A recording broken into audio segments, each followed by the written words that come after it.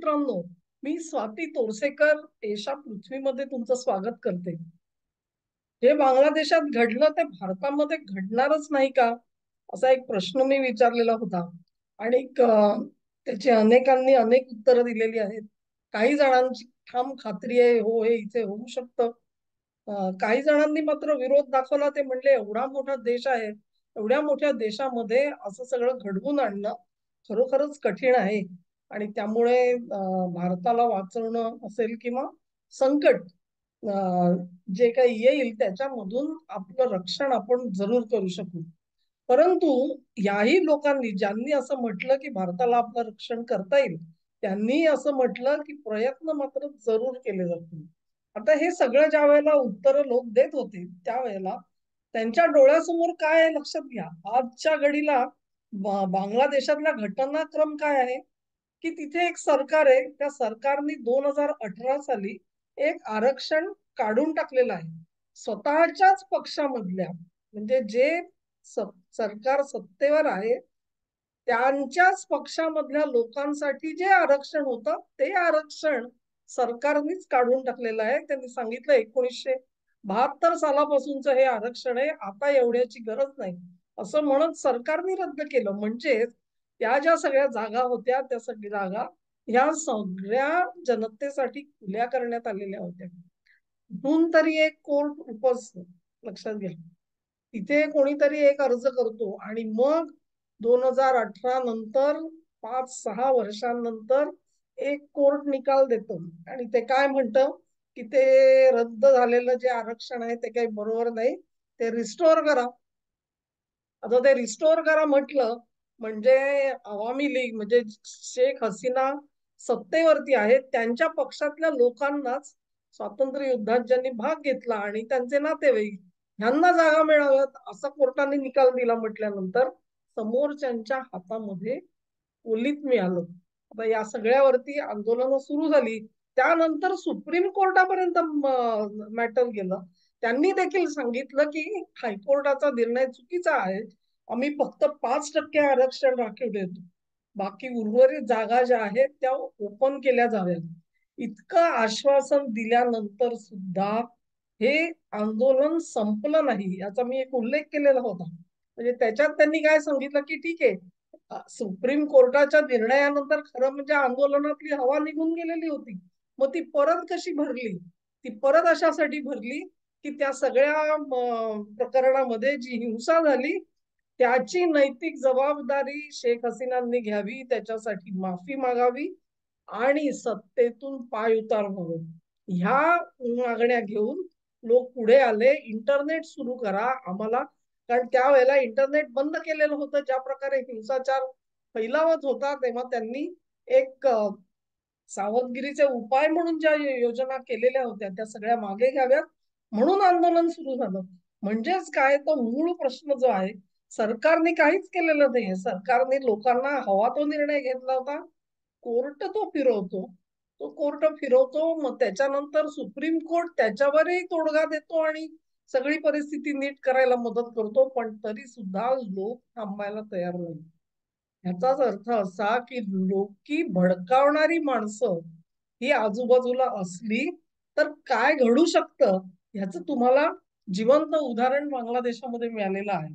आता या सगळ्या प्रकारामध्ये हिंसाचार आटोक्यात येत नाही आणि परिस्थिती अशी होती की लोक सैर भैर झाल्यासारखे मोकाट सुटलेले, हिंसाचार पसरतोय अगदी त्यांच्या जीवावर बेतेल अशी ज्यावेळी परिस्थिती आली तेव्हा शेख हसीनांनी देश सोडण्याचा निर्णय घेतला. देश सोडण्याचा निर्णय घेतला असं म्हणतात की त्यांनी राजीनामा दिलेला नाही. जरी वर्तमानपत्रांनी या बातम्या दिल्या असल्या की त्या राजीनामा देऊन देशाबाहेर गेल्या, तरी सुद्धा आता आलेलं स्पष्टीकरण असं आहे की राजीनामा अजून आलेला नाहीये. मग कुठल्या बेसिसवरती ती संसद जी आहे तिचं विघटन ती विसर्जित करण्यात आली, हे सुद्धा एक आश्चर्यच आहे मित्रांनो. हा सगळा घटनाक्रम पहा कसा होतोय. हा घटनाक्रम जो आहे तो तुमच्यासाठी महत्वाचा आहे. जे लोक म्हणतात ना भारतामध्ये हे होऊ शकतं का, आणि काही म्हणतात होऊ शकतं, काही म्हणतात होऊ शकत नाही. आता लक्षात घ्या तुम्ही, जे आपण म्हणतो सगळे की जात्यंध शक्ती ह्या सगळ्याच्या मागे होत्या. मागणी काय आहे लक्षात घ्या, मागणी आरक्षणाची आहे. मागणी जात्यंध आहे का? नाहीये. त्यांनी कुठे असं म्हटलंय का शरियाचा कायदा लागू होत नाही, सरकार पाळत नाही, इथे लावायला पाहिजे, नवे कायदे आणा, नव्या तरतुदी आणा, असं काही आहे का कुठे? म्हणजेच तुम्हाला कुठल्या एका धर्मावरती बोट ठेवता येणार नाही. पण आंदोलन मात्र घडवलं गेलं, आणि आंदोलन घडवणारे जे आहेत ते जात्यंध नक्की आहे. असा डावपेच कसा रचला गेलेला आहे बघा. म्हणजे संपूर्ण जगाने काय म्हणायचं, निवडून आलेल्या शेख हसीना चौथ्यांदा निवडून आल्या, त्या एकदाच नाही, लोकप्रिय नेत्या आहेत बांगलादेश मधल्या, त्यांना सत्ता सोडून पळावं लागलं, देश सोडून पळावं लागलं. काही समाज माध्यमांमधली मी काही शेरेबाजी वाचली की अरे त्या शेख हसीना पळाल्या, त्यांना निदान भारतात तरी आश्रय मिळाला. इथे भारतामध्ये जर का मोदींवर पाळी आली तर मोदी कुठल्या देशात जातील, मोदींना कुठला देश घेणार आहे, म्हणून विचारणारे महाभाग ऑलरेडी आहेत. त्यांनी स्वप्न, दिवा स्वप्न काही म्हणा तुम्ही, बघायला सुरुवात केलेली आहे. तेव्हा हे सगळं घडलं काय आहे मित्रांनो, हे लक्षात घ्या तुम्ही. ह्या सगळ्यामध्ये घटनाक्रम कसा आहे बघा. जानेवारी मध्ये निवडणुका झाल्या, त्याच्यात शेख हसीना निवडून आल्या, त्या राज्य करत होत्या. त्यांचा कुठलाही चुकीचा निर्णय नसताना त्यांच्या माथ्यावरती खापर फोडण्यात आलं, हिंसाचार वाढवण्यात आला, आणि अखेर त्यांना देश सोडावा लागला. पुढे काय झालंय, पुढे आता ते असं म्हणतात की आपल्याकडे कशी ती नॅशनल ऍडवायझरी कमिटी होती, आठवत आहे का, युपीएच्या काळामध्ये संपूर्ण जगभरामधले सगळे तज्ज्ञ तिकडे, आणि भारताने राज्यकारभार कसा हाकावा ह्याच्यासाठी परकीय तज्ज्ञ येऊन बसलेले होते. भारतामध्ये कोणी तज्ज्ञ उरलेले नव्हते, इकडे तिकडून आणावे लागलेले होते युपीए सरकारला. त्याच्या चेअरपर्सन कोण होत्या, श्रीमती सोनिया गांधी होत्या. आणि मग अशा तज्ज्ञांनी सरकार चालवावं, टेक्नोक्रॅट्सचं गव्हर्नमेंट, हीच भाषा जी आहे ती पाकिस्तानात वापरली गेलेली होती. तुम्हाला आठवत असेल, इम्रान खान हा निवडणुका जिंकून आलेला पंतप्रधान होता, त्याच्या पक्षामध्ये पाटापुटी केली, सरकार कोसळवण्यात आलं, त्याच्यानंतर नवीन सरकार आलं, त्याच्या मागे जनमत होतं, परंतु इम्रान खान आणि त्याच्या पक्षाची अशी ससेहोलपट केली की त्यांना पुन्हा येणाऱ्या निवडणुकीमध्ये भाग घेता येऊ नये, त्यांचा कुठलाही उमेदवार उभा राहायला धजावला नाही. लक्षात घ्या, अशा प्रकारची धाक दपटशा दहशत तयार करण्यात आली. ह्या सगळ्याला अमेरिका लोकशाही म्हणते मित्रांनो. म्हणजे तुम्ही पॉप्युलर आहात की नाही, तुम्ही निवडून येता का नाही, तुमची निवडणूक प्रक्रिया ही स्वतंत्र स्वायत्त आहे का नाही, हे तुम्हाला कळत नाही, ते अमेरिकेला कळतं, आणि अमेरिका त्याच्यावरती टीका टिप्पणी करते. तेव्हा ते मुक्त निवडणुका झाल्या का नाही ही त्यांनी टिप्पणी करायची, त्यांनी इंडेक्स ठरवायचा, आणि आपल्याला सांगायचं तुमची लोकशाही खरी आहे का नाही.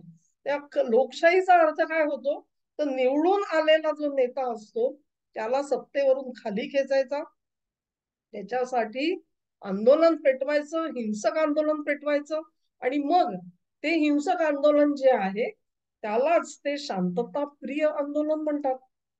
शांततापूर्ण आंदोलन चाललेलं आहे असं त्यांचं म्हणणं होतं बांगलादेशामध्ये. आणि त्यांच्याशी तुम्ही बोलणी करा, अशा प्रकारे निदर्शकांना बैठकीस बोलवा, त्यांच्याशी बोलणी करा, आणि प्रश्न सामोपचाराने सोडवा, असा सल्ला कोण देत होतं, अमेरिका देत होती. म्हणजे आंदोलन करणं, जाळपोळ करणं, लोकांची घरं लुटणं, देवळं लुटणं, हिंदूंना काय प्रकारचे अत्याचार केले मला तोंडातून बोलवत नाहीये, हे सगळं होत असताना अमेरिकेसाठी हे शांततापूर्ण आंदोलन होतं, आणि ते विद्यार्थ्यांनी केलेलं होतं मित्रांनो. विद्यार्थ्यांनी म्हणजे मुखवटा कसा तयार केलेला आहे बघ, असा मुखवटा तयार केलेला आहे. आणि या सगळ्याचा परिपाक काय आहे, परिपाक काय आहे, तर आता त्या ऍडव्हायझरी कमिटीमध्ये जी कोणी माणसं आहेत तिच्यामध्ये कोण आलेले आहेत, बांगलादेश नॅशनलिस्ट पार्टीशी संबंधित असलेले लोक आहेत. बांगलादेश नॅशनलिस्ट पार्टी कोण, जी निवडणूक हरली, गेल्या 4 निवडणुकांमध्ये शेख हसीनांनी ज्यांना हरवलं, ज्यांच्या मागे व्यापक जनमत नाही, असा पक्ष जो आहे त्या पक्षाचे लोक आता सत्तेत जाऊन बसलेले आहेत. लक्षात घ्या. म्हणजे तुम्ही निवडणुका हरा, काही प्रॉब्लेम नाहीये. आम्ही काय करतो तर आम्ही जिंकलेल्या पक्षाला सत्तेवरून खाली खेचायला मदत करतो. ते पायउतार झाले की निवडणुका हरलेल्या पक्षांनी सत्तेमध्ये जायचं. हरलेल्या पक्षांनी जायचं, कारण मेजॉरिटेरियनिझम नको. बहुमताचं सरकार हे चुकीचं असतं. ह्याला म्हणतात अमेरिकेची लोकशाही. आणि मग आता जे काही झालेलं आहे बांगलादेशामध्ये, शिरस्थावर होऊन सगळं सरकार यावं आणि नीटपणे तिथे राज्य चालवा. ते चालवणारा कोण आहे? निवडणूक हरलेल्या पक्षाचे प्रतिनिधी आहेत. आणि ते जे कोणी चालवत आहेत सरकार, ते कसं चाललेलं आहे तर ते लोकशाही मार्गाने चाललेलं आहे, असं अमेरिका म्हणते.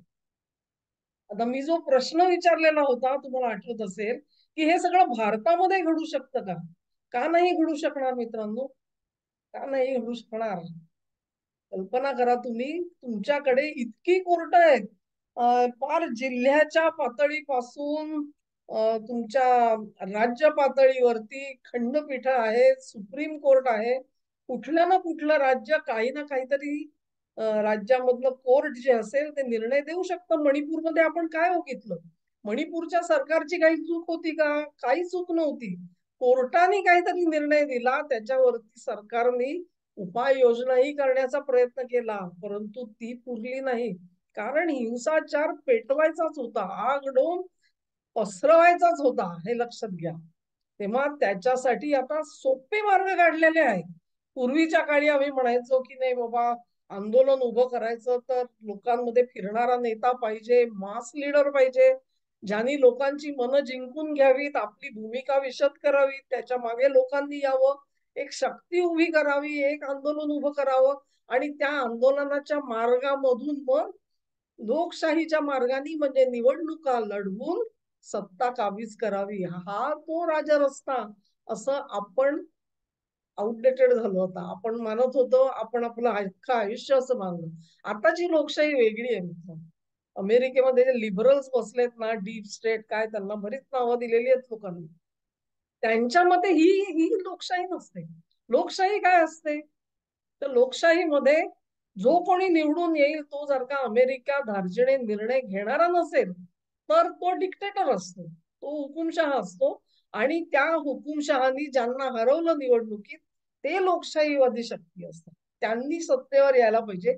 त्याच्यासाठी आंदोलन करा, देशभर निषेधाचे वातावरण निर्माण करा, जाळपोळ करा, हिंसक आंदोलन करा आणि त्यातून सत्ता हातामध्ये घ्या.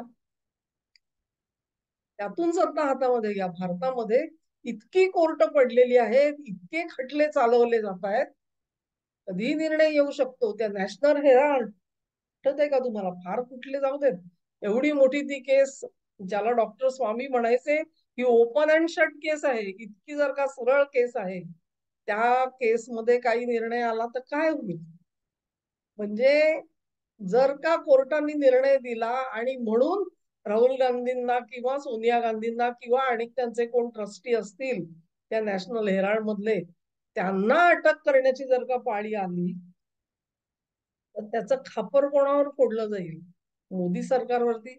आणि हे झालेलं नाही असं नाहीये.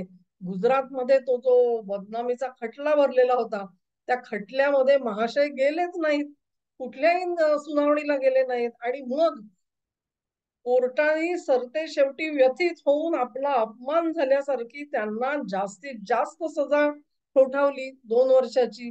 2 वर्षाची सजा ठोठावल्यानंतर काय झालं? खासदारकी गेली, बंगला सोडायला लागला. मग नंतर जाऊन सुप्रीम कोर्टाने ती जी शिक्षा आहे ती पहिली सौम्य करा म्हणून सांगितलं आणि पुढे खटला चालू ठेवलेला आहे. तर असं त्यावेळी आगडोम वगैरे उसळला नव्हता, कारण त्यावेळी मनोधैर्य नव्हता. आता 99 जागा आहेत, मोदी 240 वर आलेले आहेत, बरंच काय काय झालेलं आहे. त्यामुळे आता मनोधैर्य वाढलेलं आहे, मनोबल वाढलेलं आहे.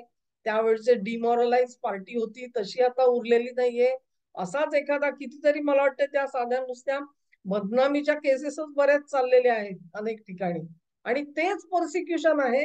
म्हणून हे महाशय जे आहे हे पूर्ण पाश्चिमात्य देशामध्ये सांगत होते की नाही, की या देशामधली ज्युडिशियरी माझ्या बाजूनी नाही, ब्युरोक्रेसी माझ्या बाजूनी नाही, माझ्या हातामध्ये सत्ता नाही, संपूर्ण सिस्टीम माझ्या विरोधामध्ये काम करते आहे. मग मला ह्या देशामध्ये न्याय कसा मिळणार? सबब तुम्ही या आणि तुम्ही हस्तक्षेप करा. हस्तक्षेप करा म्हणजे काय करा? तर अशा प्रकारे हिंसाचार असलेली आंदोलनं छेडा आणि मला सत्तेमध्ये बसवा. मागील दाराने का होईना पण मला सत्तेमध्ये बसवा. असा जर का कोणी अर्थ काढला तर तो वावगा ठरेल का मित्रांनो? हे सगळं असं भारतामध्ये घडणार नाही असं वाटतंय का तुम्हाला? असं प्लॅनिंग करणारे खूप करतात. पाकिस्तानात यशस्वी झाले, बांगलादेशात यशस्वी झाले, आणखी कुठे होतील माहित नाही. कदाचित मालदीव मधले मुइझू सुद्धा अशाच मार्गाने आलेले असतील सत्तेवरती, सांगता येत नाही. भारतात काय होईल बघायचंय. एक निवडून आलेला नेता आहे, 3 वेळा सलग पंतप्रधान झालेला आहे. त्याला जर का अशा पद्धतीने सत्तेवरून पायउतार होण्याची पाळी या लोकांनी आणली तर काय होईल परिस्थिती? कल्पना करा. त्यांचं प्लॅनिंग काय माहिती नाही मग. त्यांचं प्लॅनिंग काय माहिती नाही. कारण ह्यांचं जे प्लॅनिंग आहे ना ते आपल्या देशात होतच नाही, ते बाहेरच्या कुठल्या तरी देशात होत असतं. तेव्हा अखेर हरलेल्या पक्षाला सत्तेवर आणण्याची ही सगळी जी मेथडॉलॉजी आहे, ही मेथडॉलॉजी ही तावून सुलाखून निघालेली आहे असं मला समजतंय. आणि मग तिचा वापर, काही काही तपशील बदलतात नेहमी, इकडचा बदलतो तिकडचा बदलतो. कदाचित मी नॅशनल हेराल्डचं नाव घेतलं, बदनामीच्या खटल्यांचं नाव घेतलं. त्या व्यक्ती नसतील ज्या सर्वोच्च आपण म्हणतो आजच्या घडीला विरोधी पक्ष नेते आहेत ते आणि त्यांचे कुटुंबीय सोडून द्या, परंतु असे किती नेते आहेत देशामध्ये की ज्यांच्या विरोधामध्ये केसेस चाललेल्या आहेत. आणि मग त्यांच्यावरती सुद्धा एखादा जर का काही अन्याय झाला म्हणून बोंब ठोकता आली आणि त्याच्या मागे लोक उभे करता आले तर काय होईल? जसं शेतकरी आंदोलन झालं होतं, सीएच्या विरुद्ध आंदोलन झालं होतं, तशीच आंदोलनं समजा वकफ ऍक्ट मधल्या ज्या सुधारणा सरकारने सुचवलेल्या आहेत आणि कॅबिनेटने त्याला मंजुरी दिलेली आहे, ते बिल जर का लोकसभेसमोर आलं तर काय होईल?